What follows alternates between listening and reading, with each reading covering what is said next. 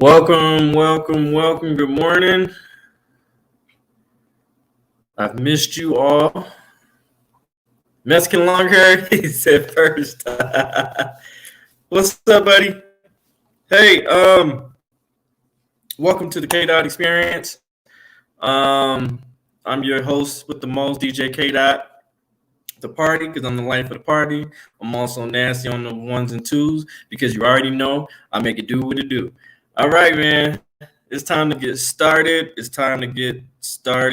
gonna wait till some more people gather in. Please share this news. Please, this is incredibly important. Breaking story. I need everybody in here. Everybody. Share this on your community page. Share it on your Facebook. It doesn't matter. I want you to share this. This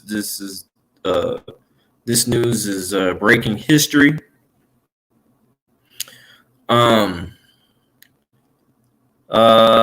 Mexican long hair, what's up? And how are you? Manny Pants UK, hello, how are you? Yeah, we're gonna. I got this exciting story. Somewhat of accountability.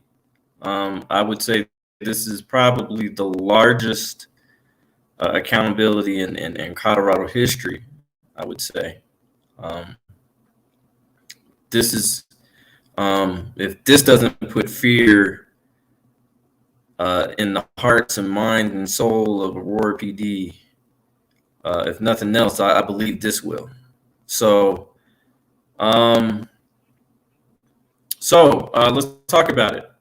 Now that we got everybody in here, we got a $15 million lawsuit settlement from Elijah McClain's parents, which they so deserve. Honestly, I think they deserve more, but this is the largest settlement in Colorado history.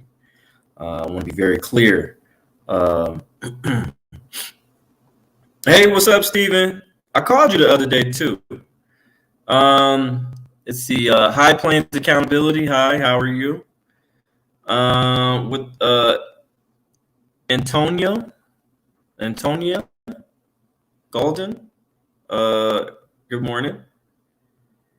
So we're gonna get into it. Let's without further ado, we're gonna play this video.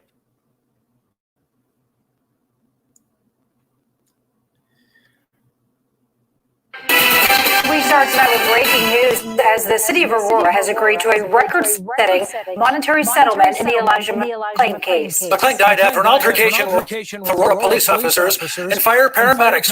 It was August of 2019. The young man was... Hold on. Wait a minute. I don't know why it didn't appear. My bad. Sorry. Hold on. Let me fix that.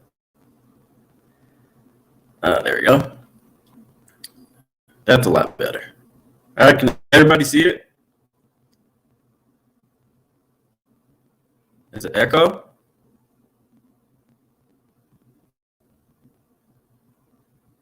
It should be an echo. I don't know why there would be an echo.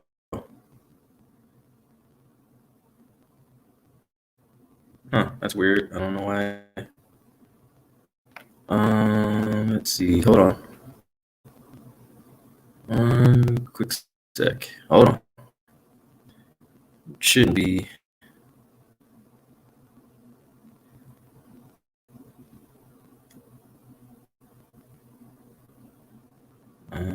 Shouldn't be an echo.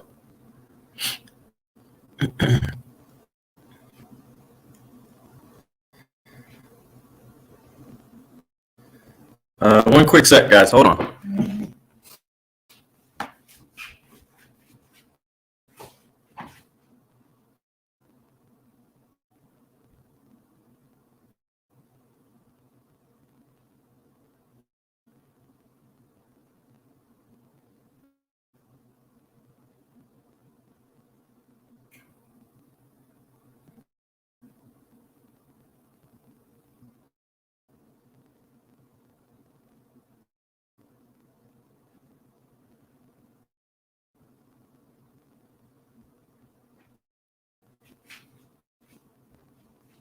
All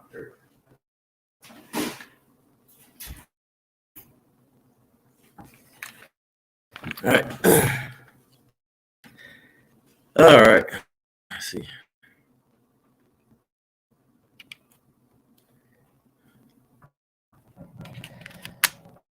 Okay.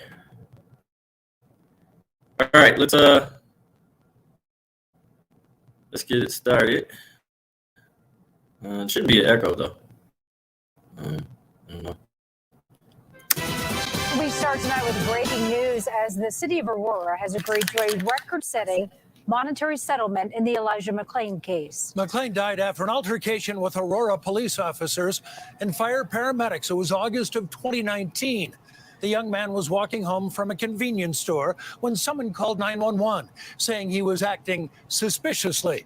When police arrived, the interaction turned aggressive, and paramedics ultimately gave McClain a very large dose of ketamine. He wasn't armed and died just days later. His death sparked protests in Colorado and all over the country.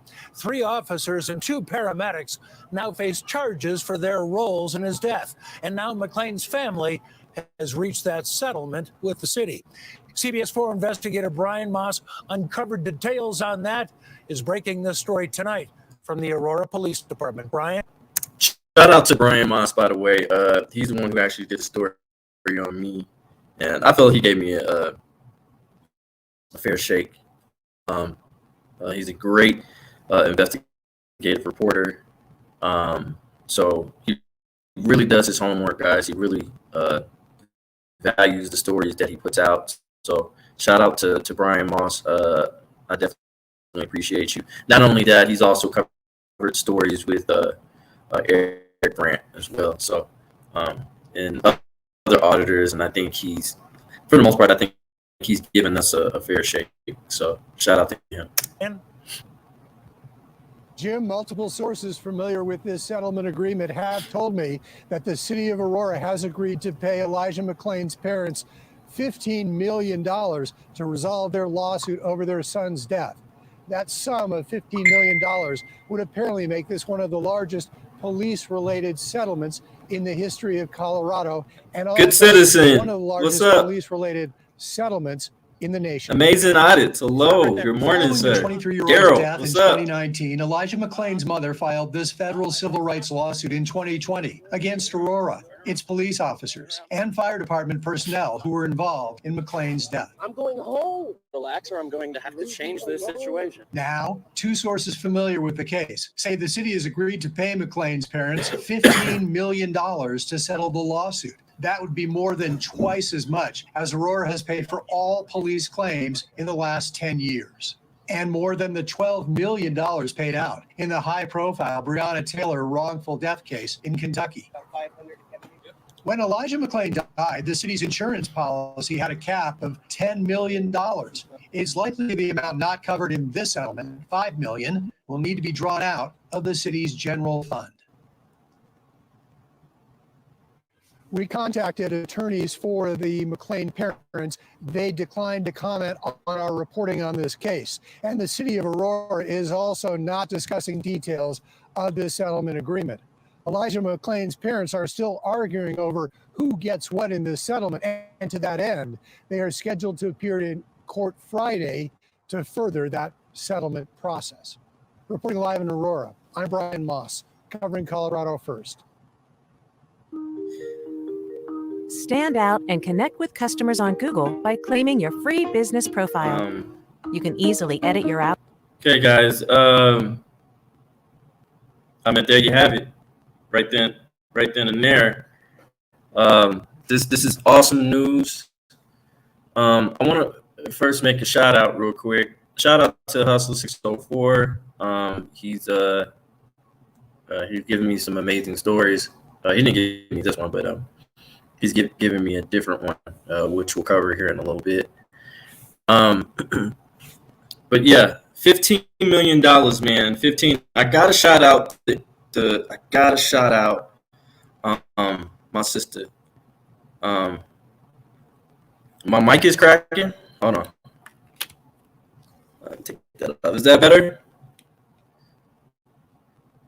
Can you guys hear me? Give me a 1 if you guys can hear me.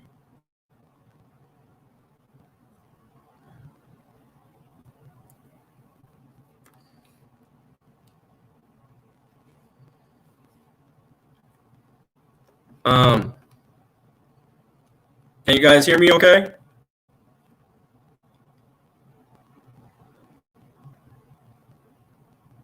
No, it's not better. I don't know what's going on. Crackling. Okay. I have no idea. I'm sorry, guys. I don't know. It might be the system. I can hear you cracking. I'm sorry. I apologize. What about now? Can you guys hear me now? Hey, K-Do. Hi, K-Do. What's up?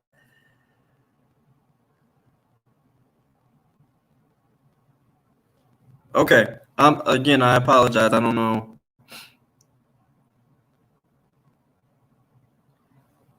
Oh, you know what? I know why. Hold on.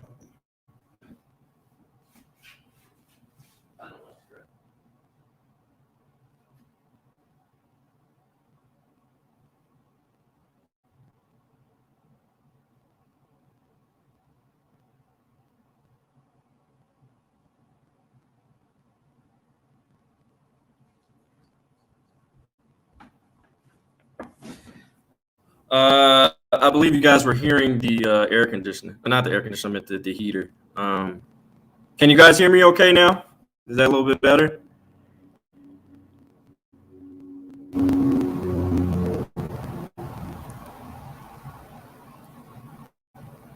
So apologize for that. Okay, let's get into it.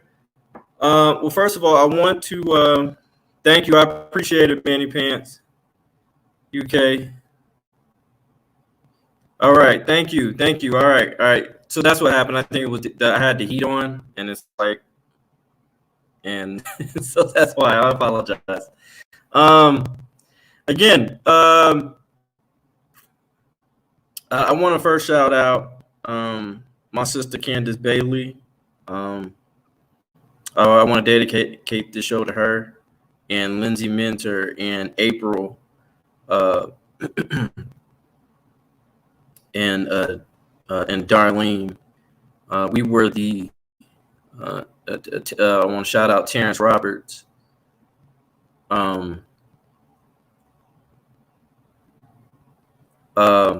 want to shout out all these people. We were the original 8 that protested for Elijah McClain before it even hit nationwide. We were out there in the cold. We were the ones that were protesting. We were the ones who shut down city council. We were the ones who put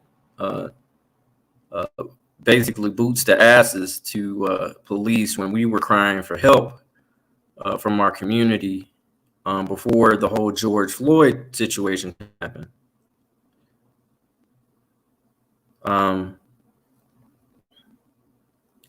You know, I dedicated my life to making sure that, and I'm gonna try to find that that Facebook video that I did, and I said I will not stop until Elijah McClain has justice, or some forms of accountability, and it just feels so good to finally see his mother get some type of some type of accountability towards her and her family that they so deserved.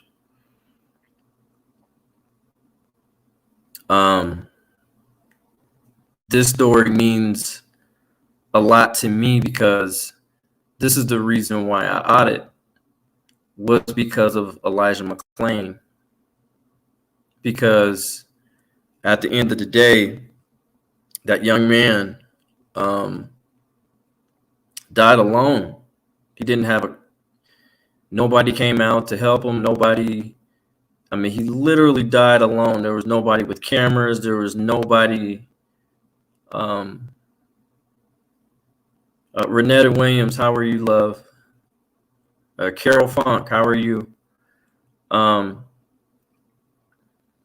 want to be very, very clear on this. This story means so very much to me, because it was in my city, and we fought like hell to make sure that Elijah McClain had some type of accountability. Now, we're not done yet. We're not done yet, because we still have the criminal accountability that we need to get done. So that we're not there yet. We're I wouldn't even say we're close to the finish line. We're just really we're really just getting in the race.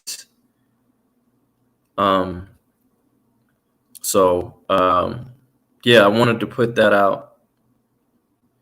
I wanted to put that out there and let you guys know that on that particular situation. I also want to give all the people in Colorado who came, even the people who came from other states to help solidify Elijah McClain's name. I want to personally thank all of you guys for doing that, for helping this young man out to make sure that his mother gets some form of accountability. Because I feel I don't want to say justice, because justice would be him being here. So I'll say accountability. I think that would be justice for as far as him being here. So I appreciate you guys. I thank you guys. I love you guys. And I just wanted to make that shout out to them, to those people who actually fought in the streets to make sure accountability was done. The hard work, those people who went out there and suffered injuries and bruises and all those type of things. Shout out to them. So they put their bodies on the line for this young man. We put our lives on the line for this young man, and we do it all over again to make sure that there was some form of accountability. So I just wanted to do my rant on that particular situation. So let's get into the story. This is being brought to you by Denver Post. Shout out to them. They also did the story on it as well. Okay, Aurora agrees to pay $15 million to Elijah McClain's parents to settle a lawsuit over 2019 debt. Payment is one of the largest police-related settlements in U.S. history. Not the, but one of the largest in U.S. history. So unfortunately, the people of the city of Aurora had to come out of pocket for this. But and this is why, they have to stop doing this shit, because if they're gonna keep doing this, I mean, we already the main budget supports police anyway. I mean, if you're gonna keep doing this shit, you're gonna bankrupt the city. And rightfully and justifiably so. If you keep doing wrong, I mean, that's just what it is. But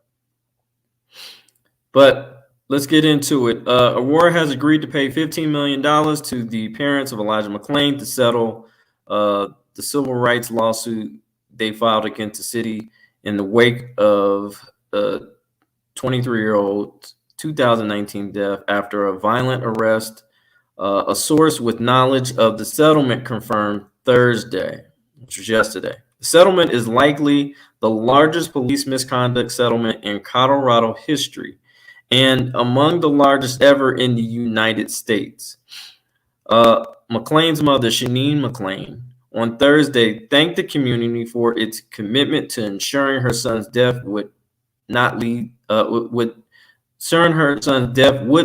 to reform.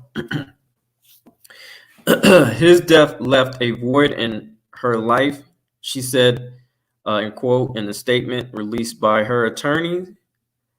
I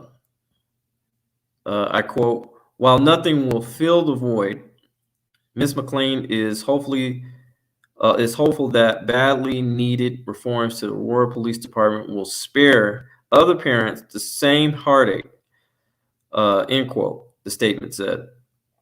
The $15 million payment was agreed upon in July, but the settlement has not yet been finalized as McClain's parents are negotiating how much each should receive. Court documents show a court hearing on the agreement scheduled for 10:30 a.m. Friday. So that's actually today. So I'll try to update you on that as well. We'll try to keep you up on that story as well.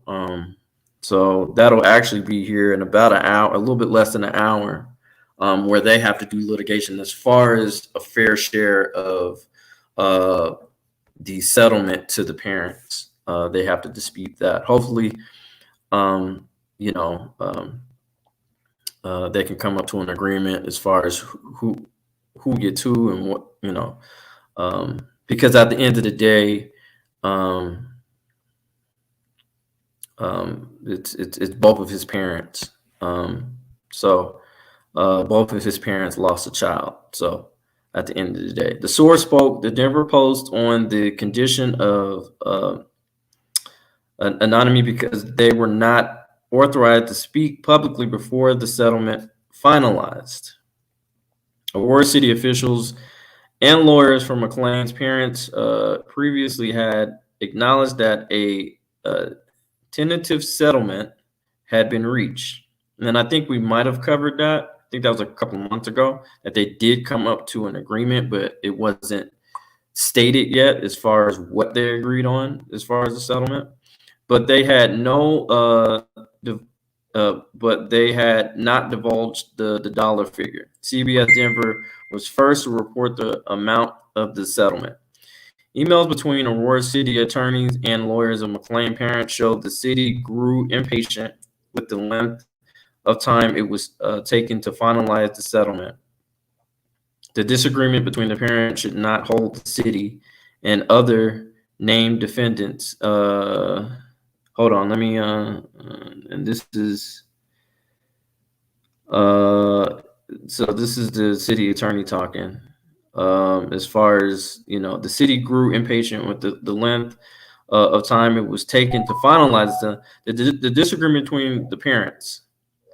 Quote, should not hold the city and other named defendants hostage in keeping a case open that has been resolved. End quote. Isabel Evans, a litigation manager of Aurora, wrote in September 27th in an email. Aurora's public liability insurance will pay for for some, but not all. All the cost of this that tells you a lot. That tells you a lot right there. Not even the warrant Aurora public liability insurance won't even cover all of it. But not all of the cost of the settlement. The city's insurance in 2019 capped payment for police-related claims at $10 million. Now we're getting to the nitty-gritty right here. So they'll only possibly only pay $10 million on this. So it's $10 million is the cap. The rest they have to come up with. Leaving the city on the hook for approximately $5 million $5 million of the settlement, which will be paid out of Aurora's general fund. See, this is what I'm talking about, man. The premium cost of Aurora's public liability insurance has increased over the past 2 years due to market trends and increase in use of forced lawsuits. The Aurora Sentinel previously reported, and which is a great newspaper, by the way, the city paid $399,509 in premiums in 2020 and $1.7 million in 2021, according to data provided by city spokesman. The lawsuit filed in August of 2020 said Aurora police officers never should have stopped McClain. They never should have tackled and choked him, and paramedics never should have injected him with the sedative ketamine or used such large dosage. An investigation by a panel of experts hired by the city to review McClain's death made similar findings. Aurora police officers stopped McClain on August 24, 2019, after a report of suspicious person. The officers detained McClain, violently forced him to the ground, and handcuffed him before a paramedic injected McClain and ketamine. McClain suffered cardiac arrest on the way to the hospital, where he was later declared brain dead. He died August 30th. McClain's death drew little attention beyond Aurora and local media outlets until racial justice protests in the summer of 2020 following the murder of George Floyd. And what I just discussed, when we were out there protesting, there was literally 8 of us out there. There wasn't that much out there. I mean, it's just the city just didn't get the information, or they just didn't care. And not only that, they wouldn't divulge the information. Not only that, but it took them 9 weeks for them to release the body worn camera. 9 weeks. And then Aurora police blamed Adams County district attorney and said that we couldn't release it. And then the district attorney said, no, I didn't get it until 9 weeks. So they were trying to blame each other, and at the end of the day, they were just trying to cover the shit up, which they're known for doing. McClain's death drew little attention beyond Aurora and local media outlets until racial justice protests in the summer of 2020, following the murder of George Floyd by Minneapolis police officer, drew international attention to his death. And when we talk about international, we're talking about every fucking where. I'm talking about Africa, Asia. They were protesting. They were protesting every fucking where. Okay, everywhere for this cat. I mean, it made international news. That's how bad it was. Since those protests, the Colorado Attorney General began a criminal investigation into the men involved in McClain's death and launched an overall investigation into the Aurora Police Department. Aurora City government officials also paid for an independent investigation into McClain's death, as well as analysis of the department's policies and practices.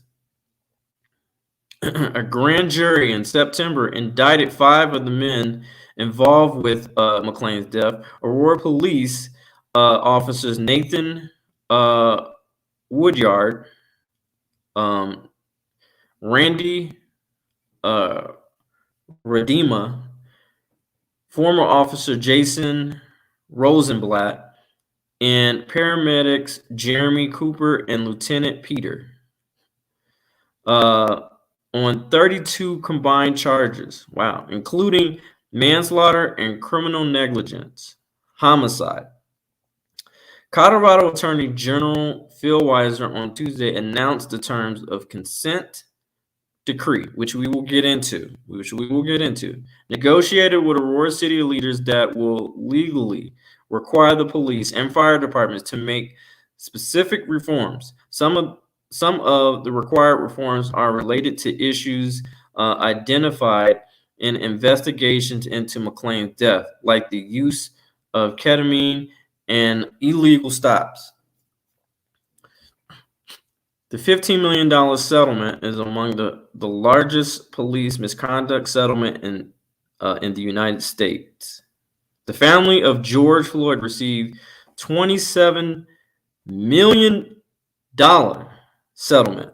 $27 million settlement, which is, the family's attorney said, the largest pretrial civil rights settlement in the U.S.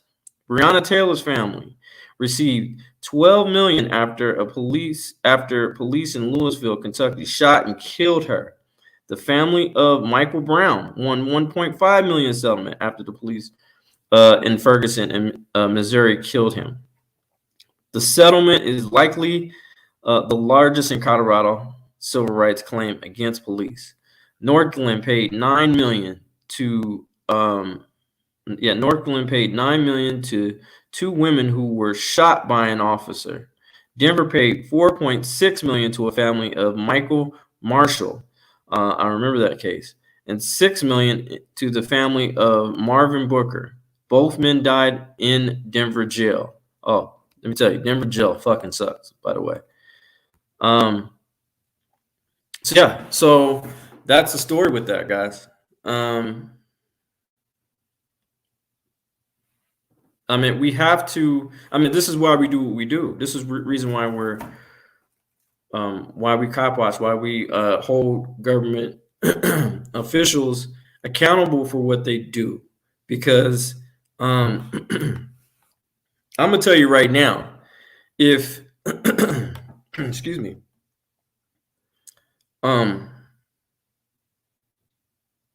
the insurance is probably going to have to come up with another, like, probably raise the premium up as far as Aurora goes for, or they'll probably just cancel them all and all, because they're like, look, man, we can only our cap is only 10 million. You know, you guys are costing us fucking money, a lot of money, which means you're costing the city money.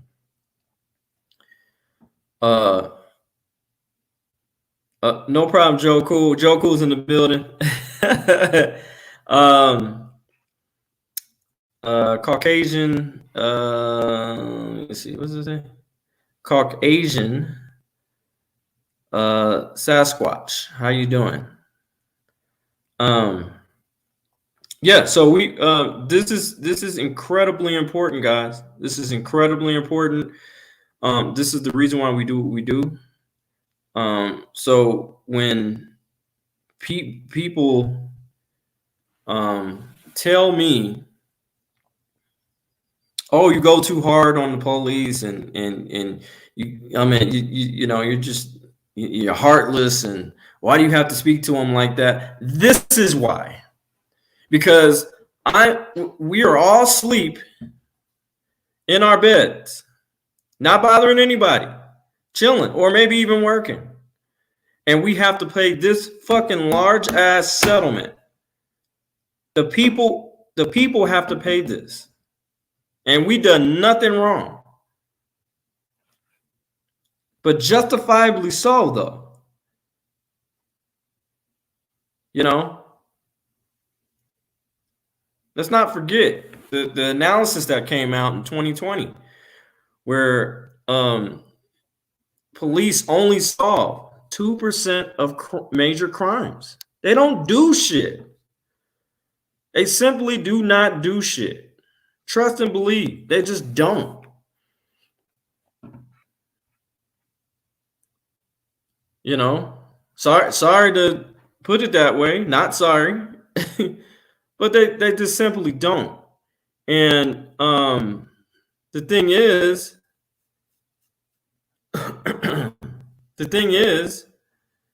we have to end up suffering from this situation. You know, all because the negligence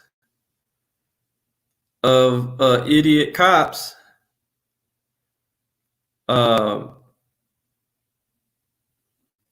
who clearly go off of ego.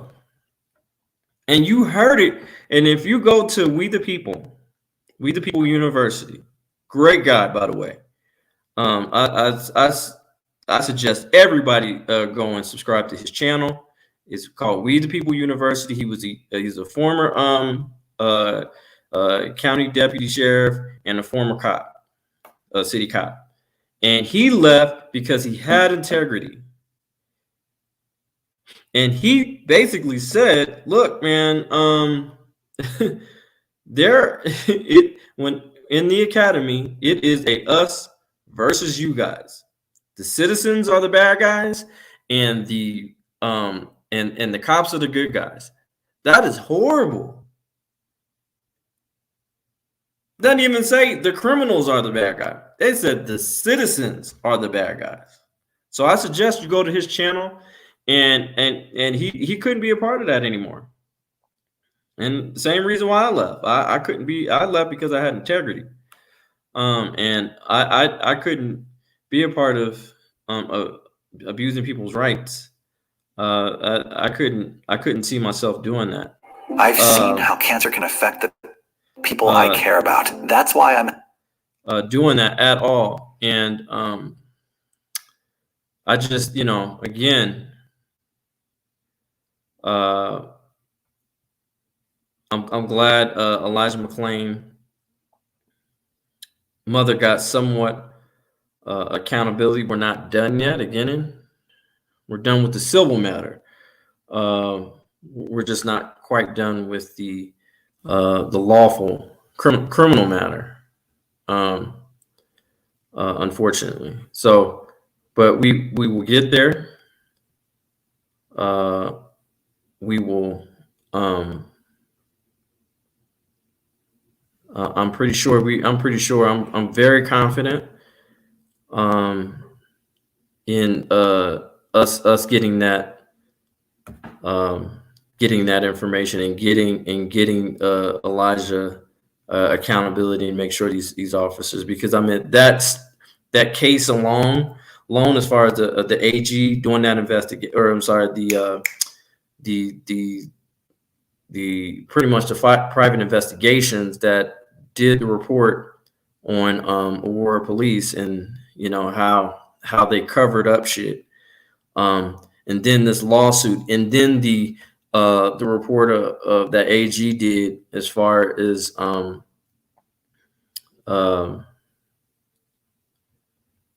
stating that the police department were racist. They did practice racist bias on the citizens, and this will bring a stronger case to where we'll actually hopefully get accountability and make sure those sons of bitches are locked up, and we don't have to deal with that shit. And but yeah, which brings me to my next story.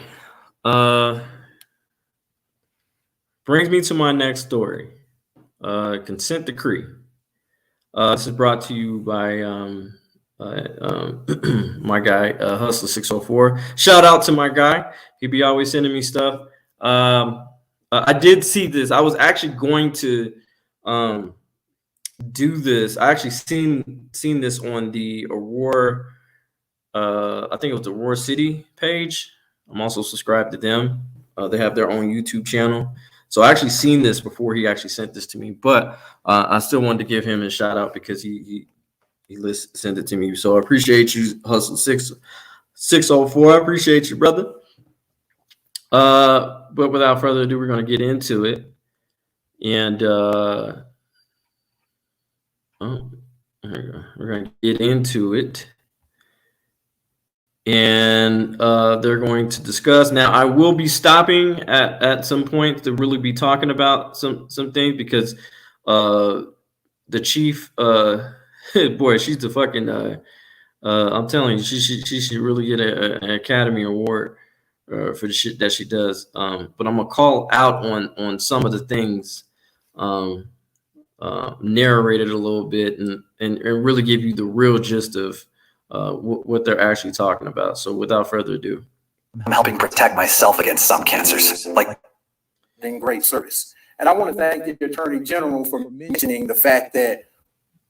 we're gonna start from the beginning. Okay. Okay. Good afternoon, everyone. Not only that, but this is a bit. It's fairly long, so bear with me. But again, you want to listen to all of this, because they're actually going to be. The AG is giving them an opportunity to partner with them, but it still needs to be brought to City Council for them to approve the consent decree. Now, if the consent decree is not approved by City Council, then it's going to get pretty ugly to where that okay, you guys don't want to partner with us. Okay, then we'll force you to do the consent decree. So, all right, without further ado. Okay. Well, good afternoon, everyone. Thank you for being here in studio at the Aurora Municipal Center. For those of you watching online right now, my name is Ryan Luby. I am the Deputy Director of Communications for the City of Aurora. Thank you for being here with us. I'll try to be brief here. We are here to discuss a stipulated consent decree and judgment agreement that the City of Aurora and the Colorado Attorney General entered into. All of this in response to the Attorney General's Patterns and Practices report that was released back in September. You'll first hear from Attorney General Phil Weiser. He's standing next to us here. Then Aurora City Manager Jim Twombly, followed by Aurora Police Chief Vanessa Wilson and Aurora Fire Rescue Chief Fernando Gray. They will each make some brief remarks, and then we will, of course, take your questions. For now, I will turn it over. LT man, what's up? Good morning. Thank you all. Good afternoon. Let me begin by sharing that my thoughts and all of us at the Department of Law are with those victims from yesterday and their families. And our appreciation for Aurora's police department and the courageous officers who are now involved in protecting the people of this great city. I'm pleased to be here today, and I really want to start on a note of gratitude for the City of Aurora, for City Manager Jim Twombly, for Police Chief Vanessa Wilson, Fire Chief Fernando Gray, Dan Brotzman, City Attorney, and Julie Heckman, Deputy City Attorney, for putting in the hard work that brings us here today. I also appreciate our Department of Law team, Solicitor General Eric Olson, who's with us. We also have our Deputy Attorney General, Janet Drake, as a core member of the team. She's not here today. So many others also put in serious, thorough, and careful work to bring us to today's draft consent decree that we are pleased to discuss with you. I want to underscore that we're here because of the choice that Aurora made to collaborate with our Department of Law, to elevate policing and improve public safety here in Aurora. This is an important path chosen by the city, and it reflects the principles and the goals of the leaders you'll be hearing from today.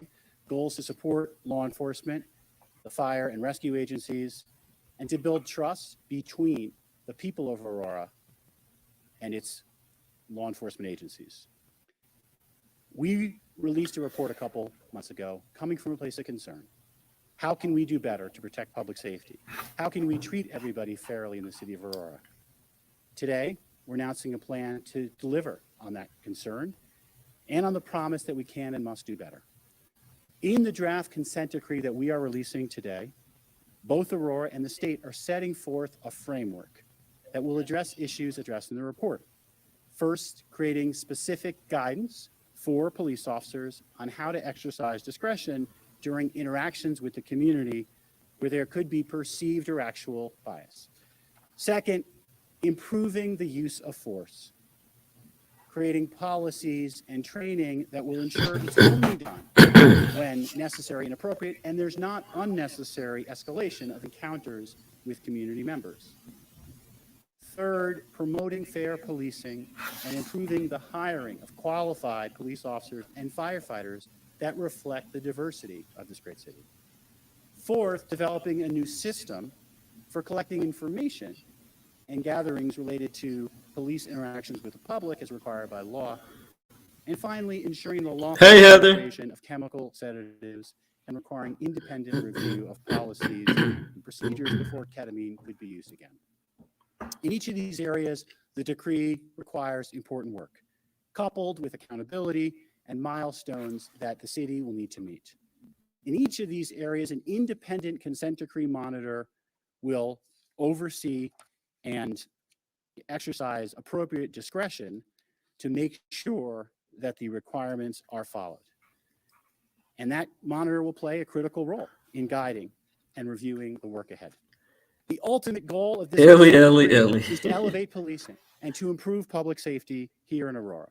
The hard work ahead is aimed at building trust in law enforcement that operates with a spirit of continuous improvement, a commitment to protecting public safety using legal and just means, and an awareness of the bond of trust between law enforcement and the community. Our vision of the requirements of this decree is putting Aurora on a path to follow rigorous best practices for effective policing. As Aurora works to do that, our department and this consent decree monitor will support Aurora. We're not interested in looking for technical violations or unnecessarily prolonging the length of this decree. Rather, we're committed to getting the job done and ensuring that appropriate progress is made. For those committed to ethical and effective policing, the ability of our department to oversee and address patterns and practices of civil rights violations is a credit to our state. Rather than leave this work to the federal government, Colorado is committed to addressing concerns here on a state level, where we operate with a shared commitment to making progress and addressing concerns that come up. And that's how and why we got to this agreement. The nature of this agreement is itself collaborative, with a structure that's focused on making ongoing progress and a mindset that we're in this work together. Here in Colorado, that's our spirit, that we're better together, that we work together to advance public safety, treat people fairly, and defend the principle of equal justice under the law. That spirit's going to guide our work as we exercise this authority to guard against patterns and practice of civil rights violations in any future cases. And the collaborative approach used here with Aurora is a model for what we Coloradans can accomplish when we work together. I don't take that spirit for granted, and I am most appreciative that Aurora has brought us here today and is committed to this work. And with that, let me introduce Aurora City. Hey, Lulu, how are you, love?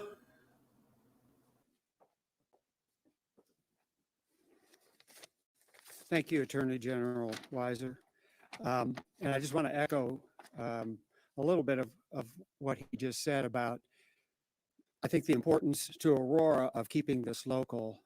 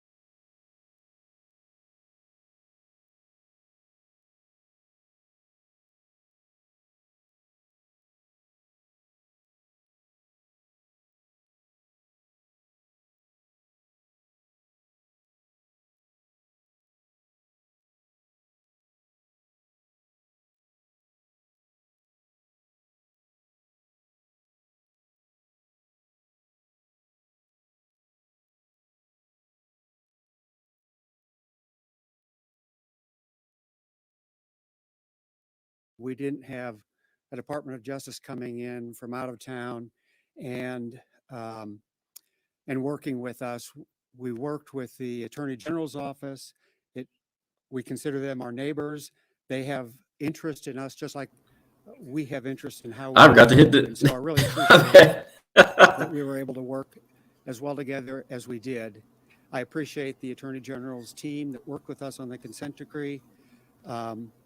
Also want to point out our team and thank them, Jason Batchelor, Deputy City Manager, both Chiefs Wilson and Gray, and Pete Schulte from the City Attorney's Office, who all put in long hours along with the Attorney General's team to get this done in 60 days' time. If you've read the report, you know that there's a lot in there and a lot to cover, and both teams did a lot of heavy lifting to get us where we are today, and we appreciate that. I want to say that the patterns and practice findings were consistent with some of the things that the city initiated in terms of looking at ourselves. Sorry about that, y'all. I had it on mute the whole entire damn time. There was nothing wrong with the sound. It was my dumb ass. I apologize. my apologies. Through the investigation into the Elijah McClain incident, the 21 CP overall review of the police department, these reports all kind of weave together and will help us as we move forward on making improvements within the police and fire department. Dragnet, transparency. Hello, love. I want to say that Chief Wilson and Chief Gray have both been working on making changes, and I again will appreciate the Attorney General's office and their staff recognizing the improvements that we've already undertaken, and started with the chief's new way that was put in place over a year ago. So to answer your question, Dragnet, this is the press conference that they did a couple of days ago as far as the consent decree that they are going to do a partnership. Aurora, the city of Aurora is going to go into partnership with Attorney General Phil Weiser, and then making sure that policies are changed and reform is made. And if they don't make do on that, then there will be obviously serious civil litigations on that, and they will be held accountable, incredibly accountable. So yeah, so that's what's going on with that. They're just discussing this. The guy that's talking is the city manager of Aurora. Through changes to policies that we've already made, changes in training. And so, again, it's important to us that the Attorney General's folks have recognized us for that. And we feel like we really have a head start on this consent decree. We're working currently with the Attorney General's office, collaborating again on selection of a consent decree monitor. This monitor, and let me say that I really appreciate, again, their approach in that looking at the monitor as a resource to help us through this, help us with implementation of policies as we move forward. The idea is not a gotcha sort of thing or boiling things down to minute way, but really looking at big picture improvements that will help move us forward.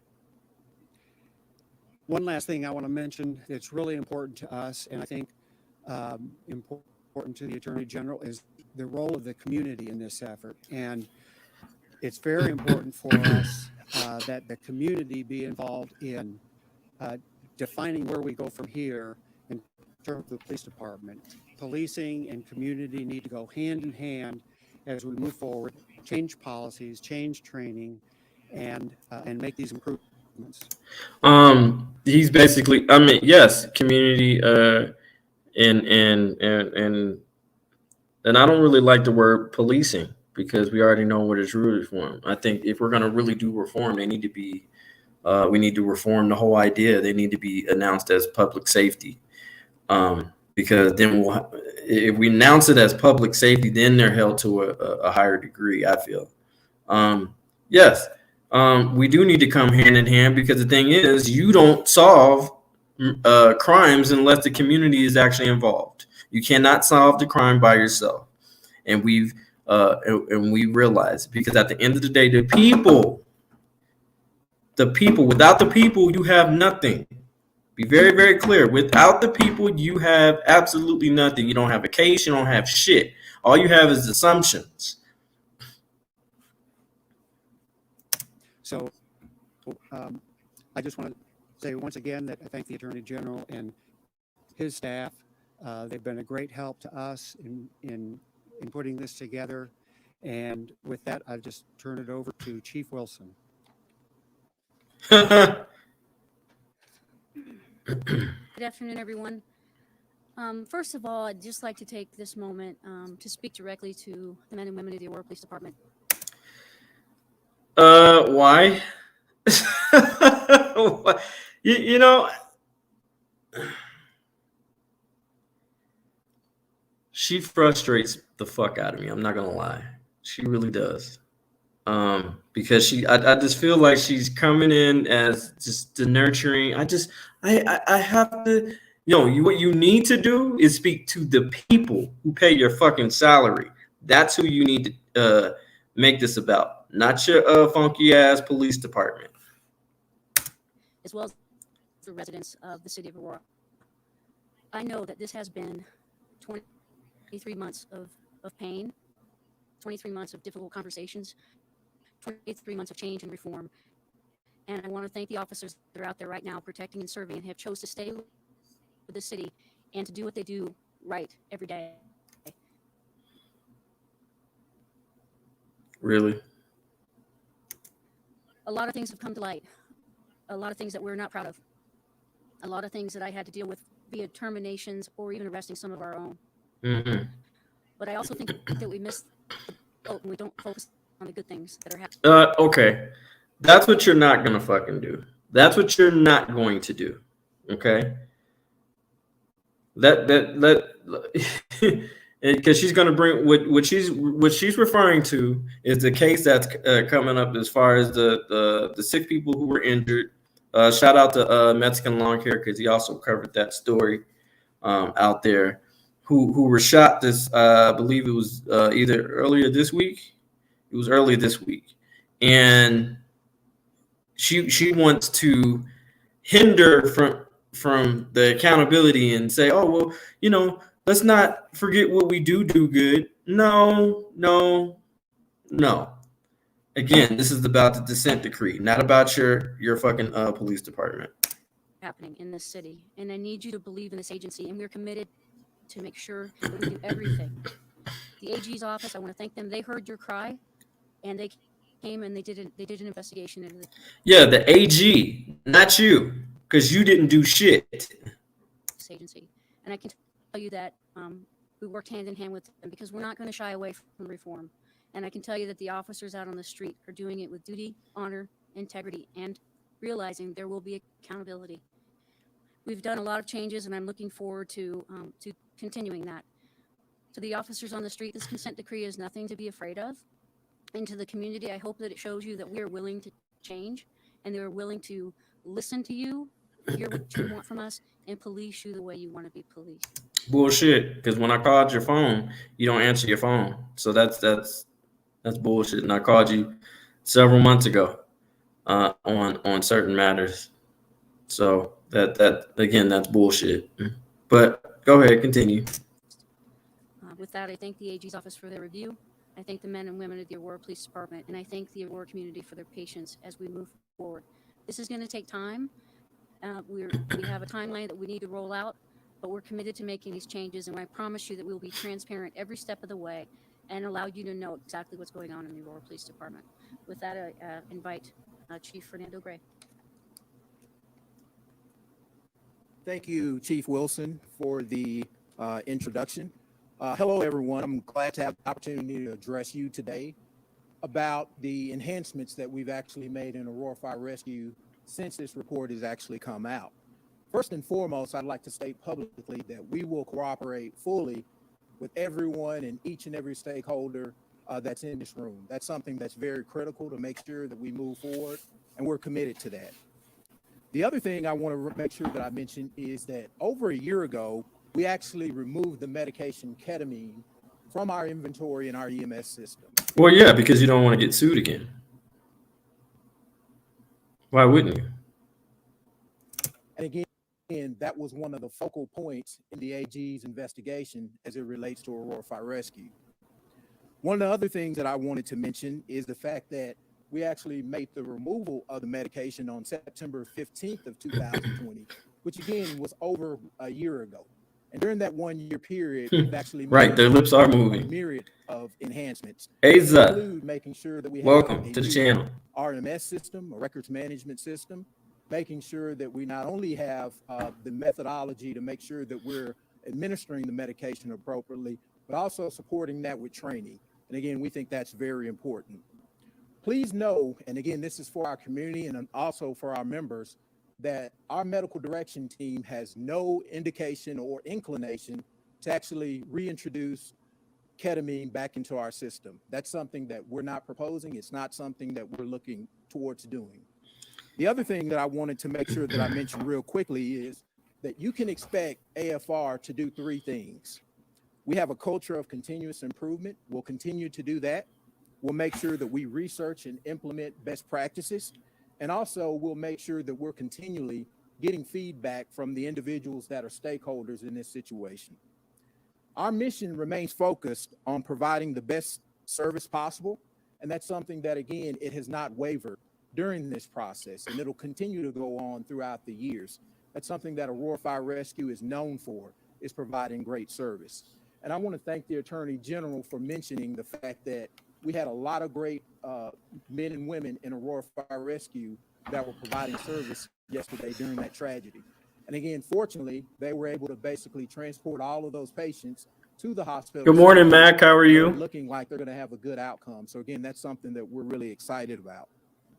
Now, I want to close by basically making mention and making sure I reinforce a couple things to the AFR family. First of all, I know that my expectations are very high. And again, I'm talking to the members of AFR. I know that the pursuit of excellence is not an easy journey. I'm doing well, thank you. I want to state publicly that I have complete confidence in the fact that you have the ability to follow AFR doctrine. And for those of you that are not aware, one critical piece of our AFR doctrine is to make sure that each and every person that we come in contact with, regardless of the race, gender, socioeconomic status, regardless of any differences, they're going to get the best service possible to the best of our ability. With that being said, our members consistently meet this high standard and validate this confidence with heroic efforts each and every day. And again, I'd be remiss if I didn't say this. I'm very proud to serve as your fire chief. With that being said, I'll hand it over to Mr. Luby so that he can actually start the Q&A process. So thank you for your time.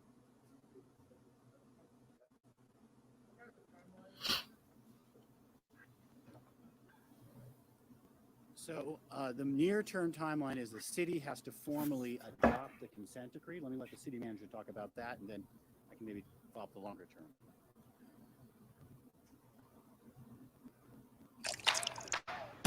You're not going to get it all right. Just make sure you nail the big stuff. That make a good point. All government tyranny begins with us, people, and the taxpayers. Ultimately, bear responsibility for anything the government does in our name, which is true. If you we got to pay this large then you fucking want settlement. to do this.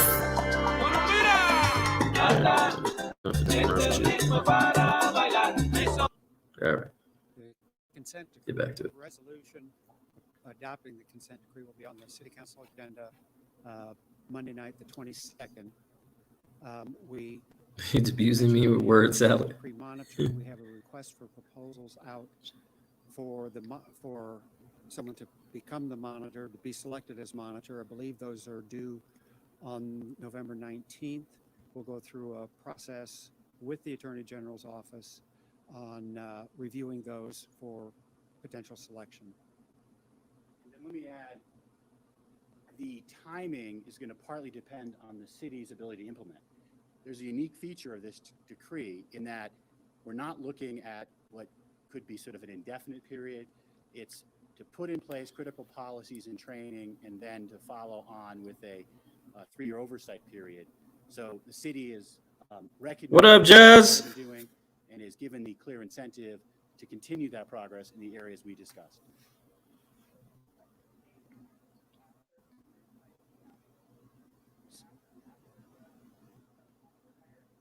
So this is an important point. A consent decree is a contract. I've already given my assent. Formally, the city council will give its assent. We will then file it with the court here and hire the independent monitor. The initial requirements are not dependent on the independent consent decree monitor. The city is on notice of what it is, and as we've noted. Okay, so what he just said, an independent monitor, and they're going to hire an independent auditor, which I feel needs to be this guy here, or somebody within my community who actually does the fucking work and who actually goes out on the street and actually record these fuckers. And knowing how to treat the citizens, because I actually talked to the citizens and they talked to me back, and we have a clear understanding of what goal we're trying to reach, and that's absolute criminal justice reform, police reforming. So it needs to be activists that actually be in that seat. We're building on ongoing work. So that work is practically probably already going right now. And the consent decree monitor will hire as quickly as we can. As a formal matter, a judge will enter into this agreement. It would be hard to imagine a scenario where a judge wouldn't accept a consent decree that is signed off by both parties. So I think that is mostly a technicality, but it is part of the process.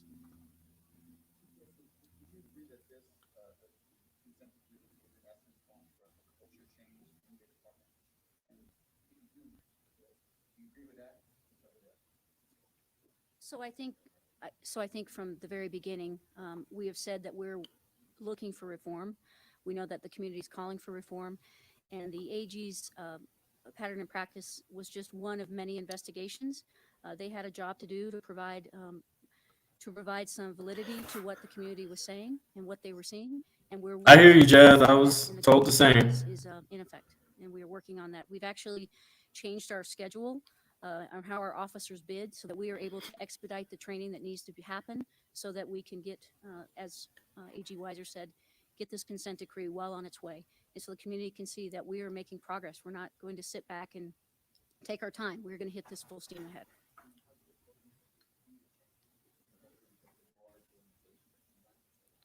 Well, I think that directives and policies are changing, and I think that the officers, a majority of the officers, are very much willing to do that. They want to police this they want to police this community in a way that is, gives dignity and equity and inclusion to all. So I think that we're going to achieve it, and it's going to take some time for us to meet the benchmarks, but we're absolutely committed to working with the AG's office. Thank you. Yeah, I know, Joko, but we can't say because unfortunately it would be inappropriate. So.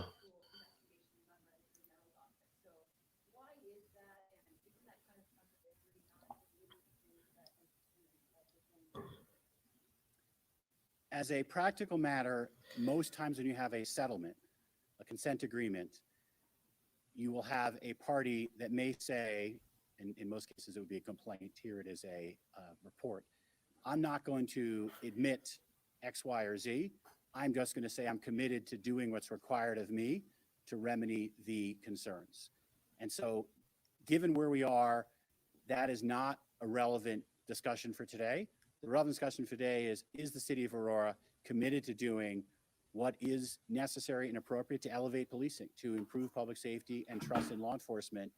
They are all in to do this work of the consent decree, and we've got a framework where we are both in that work together.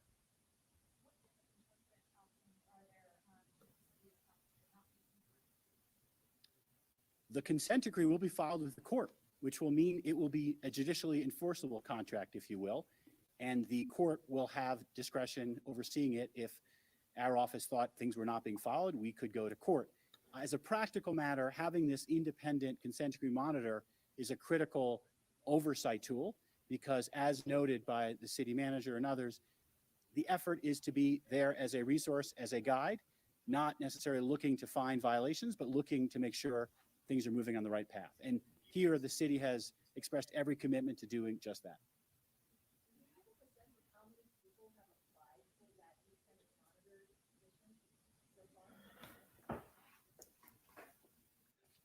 No, we don't have that, and with it open until, I believe it's Friday, we could, many of them could come in at that time. I couldn't tell you that. I don't have the answer. Well, I'll tell you my experience. They have the answers. They just can't divulge that information to you. So I would venture to say the vast majority of applications will be coming at or right before the due date.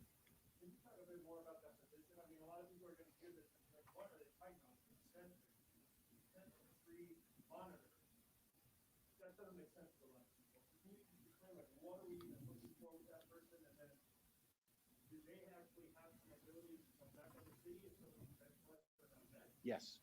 Yeah, the absolute principle is this monitor is watching, overseeing, keeping score, if you will. Are the milestones being met? Are they being met in substantial compliance with what is envisioned by them? And if there's a concern on part of the monitor, the first step is to tell the city, we're concerned you're not meeting it, then there's a chance to address it. Ultimately, as noted, if our department has to enforce requirements of the decree, we are authorized and able to do so. The goal, however, is not to allow it to come to that. By having this monitor in the first instance with more of a hands-on role, we believe we're setting up the path most optimally for success.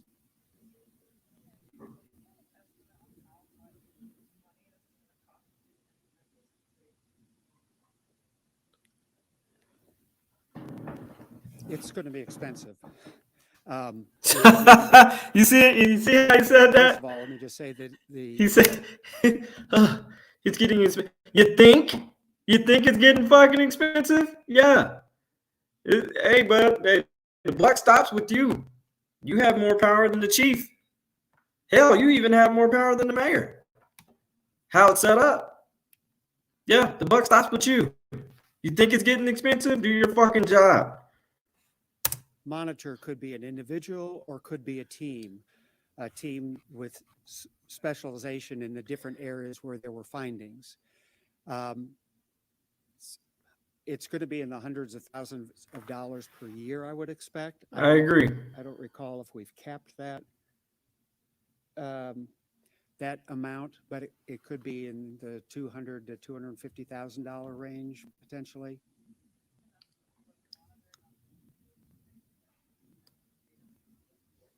That's for that monitor oversight responsibility.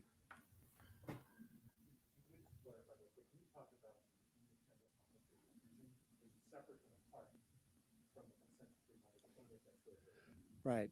So the consent decree monitor will focus on the consent decree itself, patterns and practice investigation, and the things that the department needs to do in order to successfully work its way through the consent decree. We have also, the council has budgeted for an independent police monitor, which is a totally separate function, which would be a monitor, probably an investigator and an administrator that would be involved in the high visibility, high profile activities of the police department, potentially uses of force, police involved shootings, things of that nature, where if you'll recall back to the Jonathan Smith investigation, one of the findings there was a lack of accountability, and what we want to build in to the process here with the department is someone with expertise that can raise their hand at some point and say, wait, I need to question this or I need to question that. It's, obviously Denver has had an independent police monitor for a couple of decades, I believe. And they still suck. I didn't even know that. Oh shit. I didn't even know that. That's news to me. And so we're also looking to establish that. And like I said, it will be different. We also have a police auditor that we put into place. A police auditor. Did y'all hear that? A police auditor.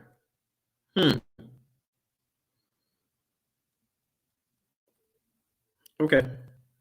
Yeah, again, The actual police auditors are the cop watchers and 1A auditors. Those need to be the people that need to be brought in, because we're going to give you the raw, unapologetic, unadulterated, truth, raw news.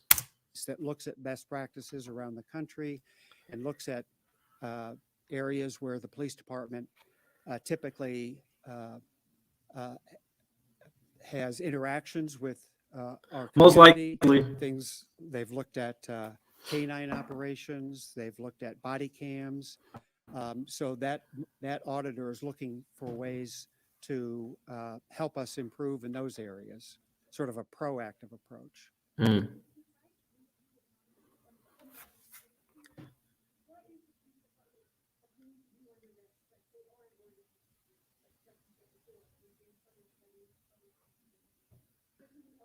Joseph said the mayor's cousin. Brand new from the pattern, from the consent decree itself. Dude. I don't know, Chief, or I don't know. So in the areas we talked about, the diversity of the police force, in how force is avoided to be used in unnecessary ways, how to prevent excessive force through both training on the front end, review of use of force on the back end, how record keeping is implemented in a way that follows Colorado law, and how the use of ketamine or other sedatives is overseen. There's a series of policies, protocols, training, which will be a direct result from this consent decree.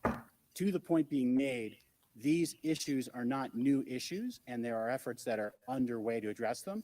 This provides an enforceable roadmap to ensure that it happens in a transparent, effective, and reliable manner. So.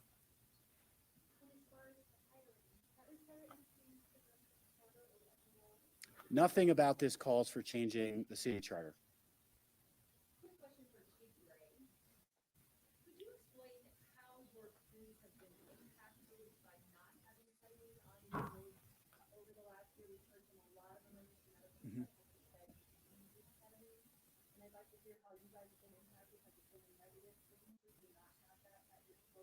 So I think that's a really good question, and thank you for asking that. As I mentioned during my initial statements, one of the things that we did is we put together a proposal to get a new records management system so that we could capture data related to the concept that you just said. What has been the impacts of not having that in the toolbox, so to speak? With that being said, again, we're still capturing that data. And once we make a determination after reviewing all of that and doing an analysis, we'll determine if it has had an adverse impact. But right now, we're still in the data gathering process. I'm sorry. We actually have a sedative that has been in our system for over 10 years. It's called Versed. But I will say Versed is not just used for people that are have an altered mental status. It's actually also used in conditions such as seizures.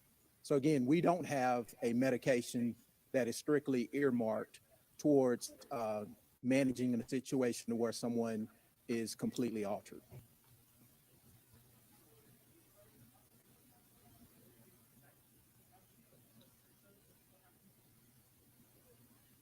For the consent decree, the council has been briefed on the consent decree, and we've met with them several times in discussions about approach to the consent decree, and they have it in their hands now to review prior to Monday. Pardon me? Well, ultimately, if they were not to approve it, I would expect that the Attorney General would go to the court and have a court-ordered consent decree. So you heard that. So if they don't participate and partner with, if the city council doesn't approve this, that means a court order will be issued by by a judge, and they will be forced to have that consent decree.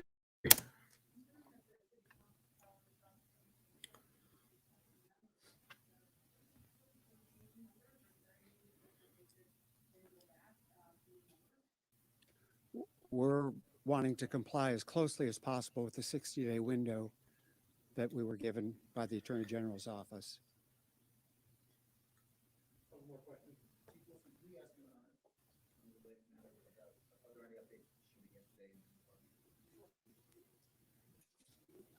So first of all, I want to thank all of you for your prayers. I know a lot of people have reached out to me and are concerned about the victims in this.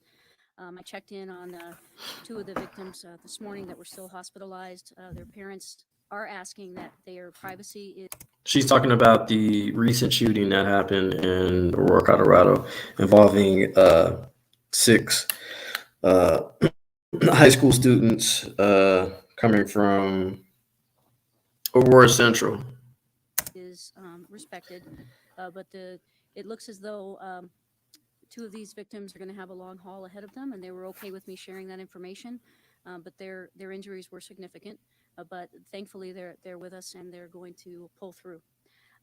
We are working a couple different leads right now, and I'm looking towards being able to release some stills of some vehicles that we're interested in. If we are not able to locate them later this afternoon, we'll be releasing that to you, and I'd ask that you put those out on your social media platforms as well as your newscasts to help us with any other leads. But to those that have come forward, the community has been very responsive. I know people are wanting to do anything and everything they can to support these kids and surround them with love, and we appreciate it.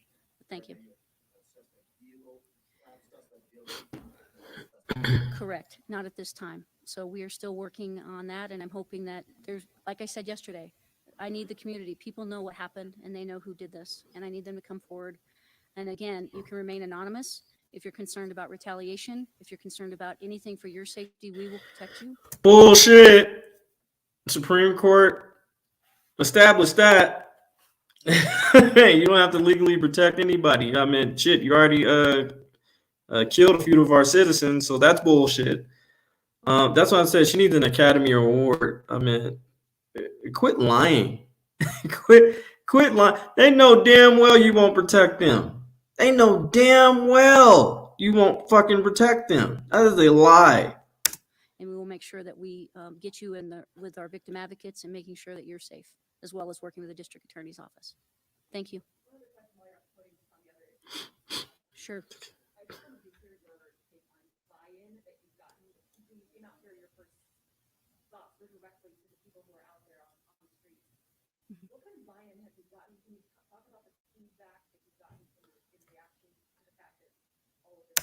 Why does she have a body cam on right now?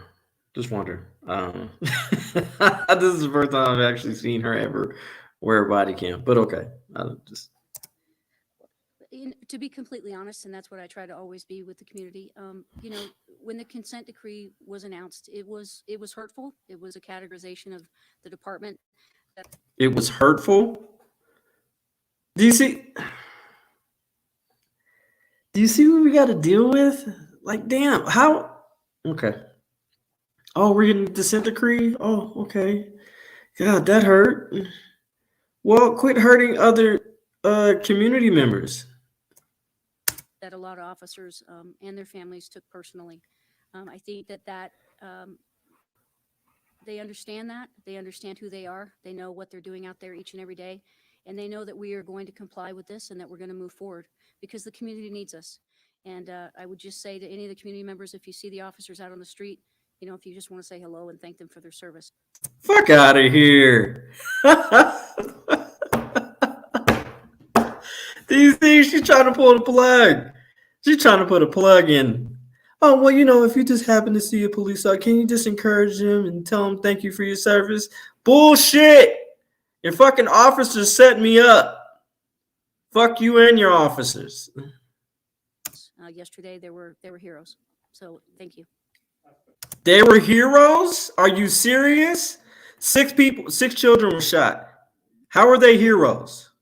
If anybody are the true heroes are the doctors who operated on them that sustained their lives. Those are the real heroes. That's another fucking lie, Chief. You know what I'm saying? And this is, and I, you know, some people say I'm too hard on the Chief. No. I'm not hard enough on this chick. Okay. And she already knows what it is. First time I met her, I said it will be no kumbaya with us. I will be on your ass like white on rice, like stank on shit. So she already knows what it is. If you fuck up, I'm going to be on your ass. If you do good, I will be fair and I will give you their credibility. But regardless, I will be watching you. Period. So to sit here and say that these officers were heroes is quite disingenuous and offensive personally to my intelligence, because they didn't do shit. Matter of fact, one of the victims actually drove themselves to the hospital. Oh, great hero. Really great. Appreciate you, hero. Fuck out of here.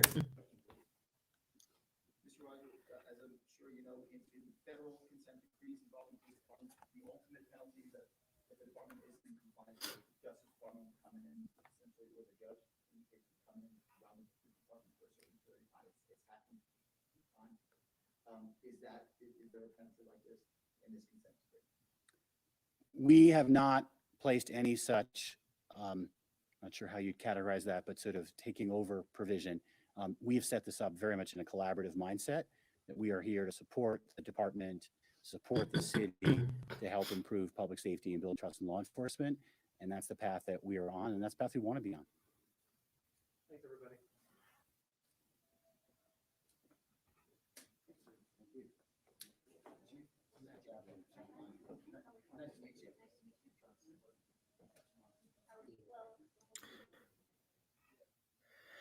All right, well, that's that. I know this has been a lot of information. I appreciate you guys sticking around on this. But I felt it was really, really important to discuss. Again, congratulations on the litigation civil accountability for Elijah McClain's parents. And hopefully this will send an alarm and shake fear into the core foundation of this police department, in saying, if you keep hurting our citizens, you will pay. You will pay. Simple as that. And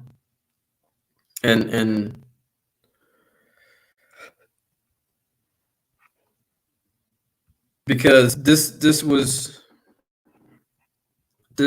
act was disgusting. It was cruel. It was not called for or needed. And, you know, a young black man lost his life for no reason. So we're going to open up for panel discussion here. I got some time today.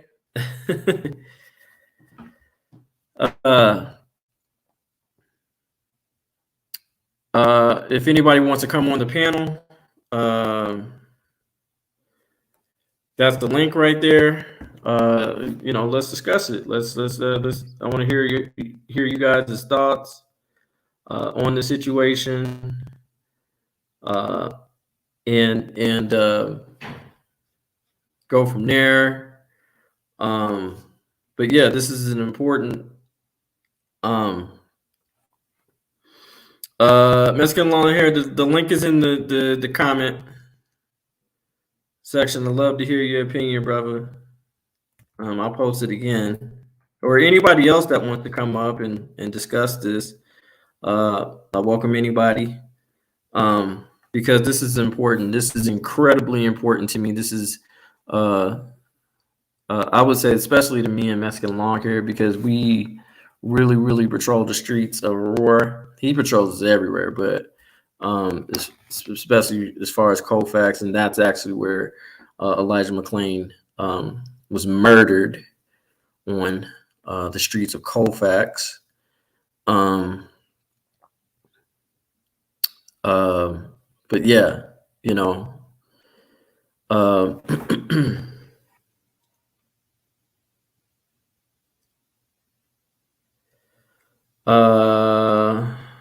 there have been 2 deaths by APD. Yeah, a little bit more than 2 deaths, but I get what you're saying. Okay. You don't have to be on camera. You can just do you can just hide your face if you don't want to be on camera. But people can still hear you if you want to come up.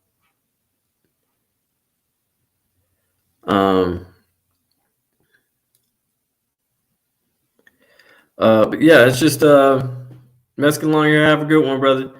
But yeah, so if anybody wants to come up and to discuss this real quick, I would love to hear your thoughts. I think, like I said, this case is incredibly important to me.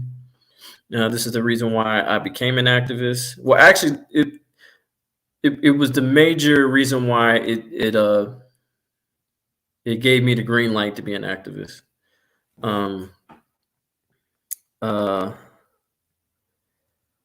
Oh, thank you. I appreciate that.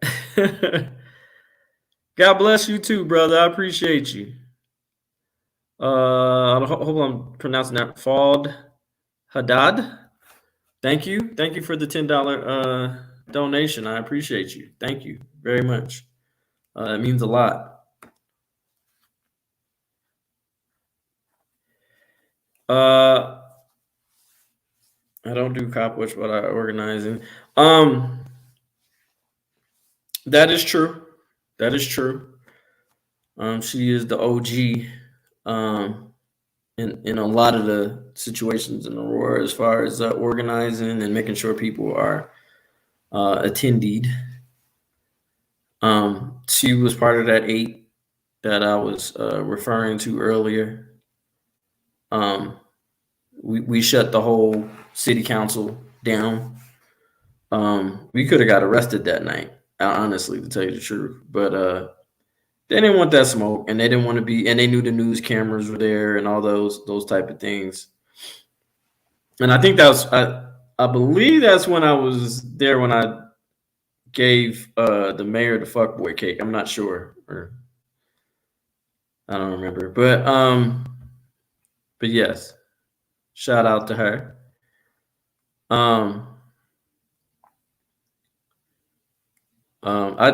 It's just it really boggles my mind that the chief still wants to baby the police department and state that, from this one incident, which they didn't do anything, so people still got shot. So I don't know how that classifies them as a hero, or if you see them, if you see police officers, just say hi to them. I'm talking about the same police officers who voted no confidence in you. Those police officers.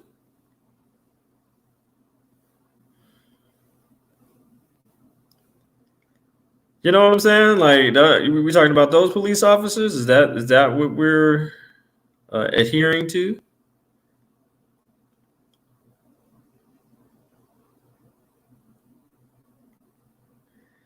Let me read some of these comments. You can get arrested anytime. Yeah, I mean, hell, you can just get arrested from just walking outside your fucking door. Unfortunately. I was there. Yeah. Yeah. He deserved that. He deserved that. I was just, and he didn't even eat my cake. Rude. I had hope for the chief at first, but her dogs continue to murder and violate citizens. I never had hope. I had to.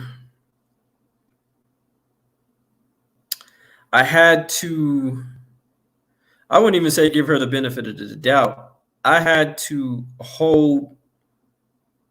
I had hope in coaching in helping her shape her department. That's what I had hope in.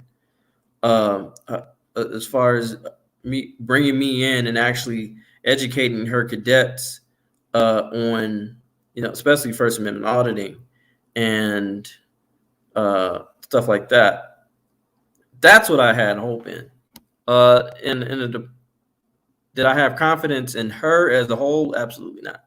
And she was still part of the stain, as we call Aurora Police.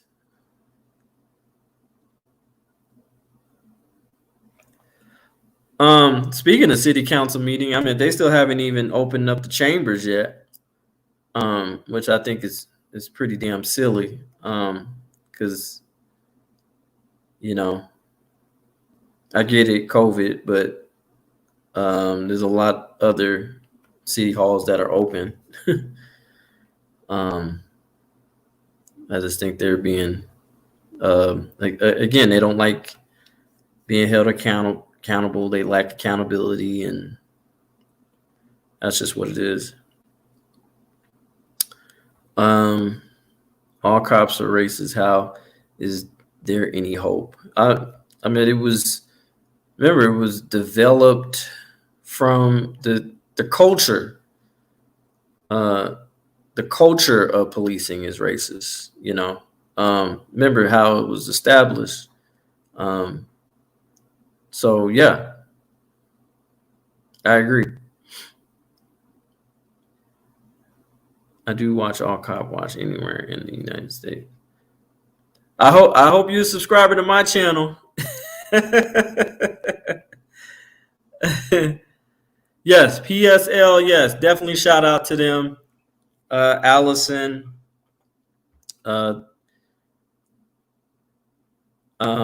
So yeah, shout out to them. They actually, and this is how, and the PSL is a organization who are civil rights activists as well. And the chief had tried to get them locked up for 48 years, saying it lied on them and stated that they caused a riot and kidnapped our officers. So that's why, again, the chief can put on face for somebody else, but you're not going to fool me because I already know who you really are.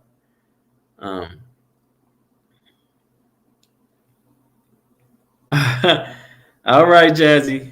See you later, girl. Love you right back.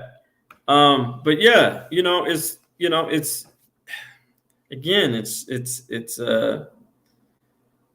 this story is so important on so many reasons, for so many reasons, that I had to share this guy with you guys.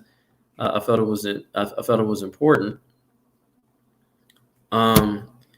And I don't know if they have that update on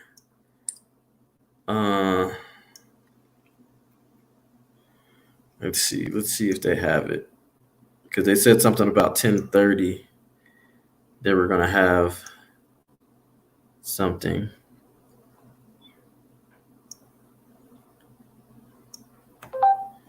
Update on Elijah McClain's settlement between parents. Let's see if they have anything. Nothing yet. Okay. So we'll keep you updated on that.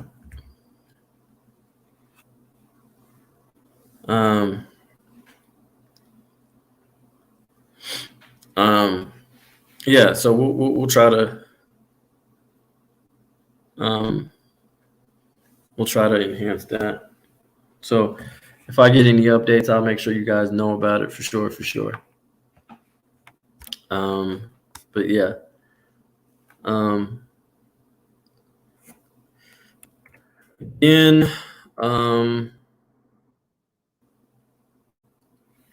All right, Dragon and Transparency. Love you right back.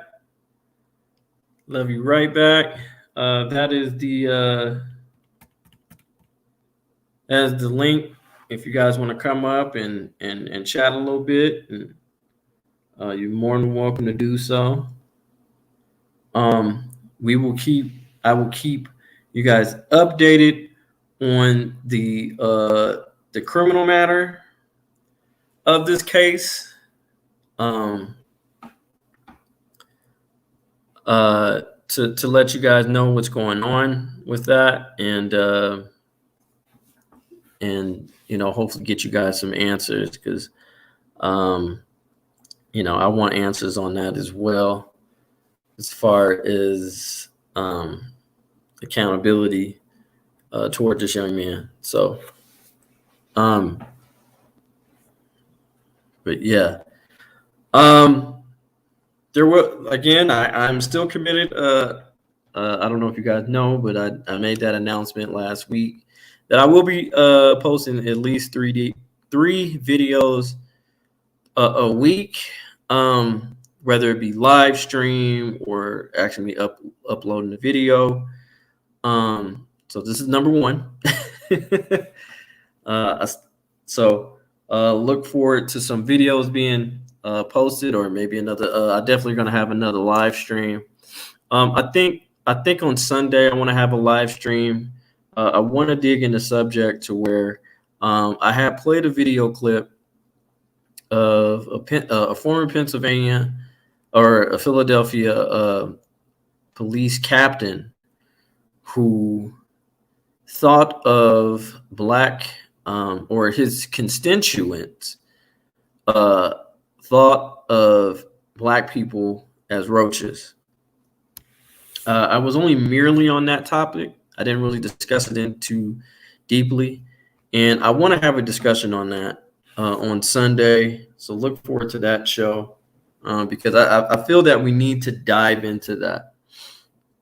And this is what I say. I think, white people with privilege, you guys have superpowers that we don't. You can hold your constituents accountable when racism and all that type of stuff occurs in front of you, and you can stop it, or at least you can help stop it. So I want to say I don't think anybody's coming up, so I don't think they just want to watch. I understand. I would like to thank everybody that supports my channel. Again, I appreciate the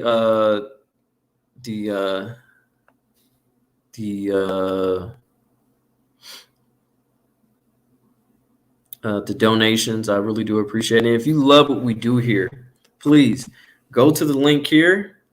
Cash App, DJ K.123. Again, Cash App, DJ K.123. Because I do. I want to bring you guys the best channel, and I want to bring you guys the best content. In order to do that, I would love for you guys to support me on that. And I appreciate everybody who has sent me donations on that. Sweet Peas, thank you so very much. Who sent me donations on that, and wanted to shout her out on that. ACE